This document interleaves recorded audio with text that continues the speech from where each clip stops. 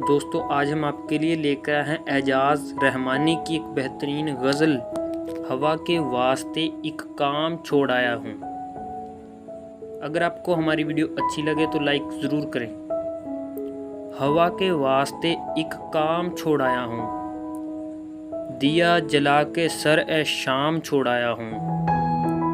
कभी नसीब हो फुर्सत तो उसको पढ़ लेना, वो एक ख़त जो तेरे नाम छोड़ आया हूँ।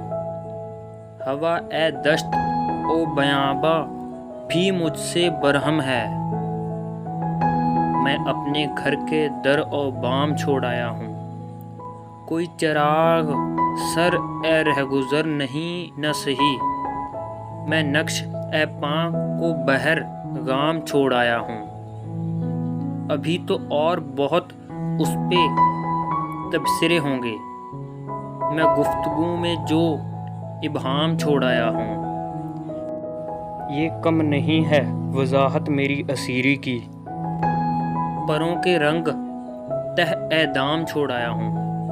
वहाँ से एक कदम भी ना जा सकी आगे, जहाँ पे गर्दिश ए अयाम छोड़ आया हूँ। मुझे ढूंढना चाहे वो ढूंढ ले एजाज, कि अब मैं कूचा ए गुमनाम छोड़ आया हूँ।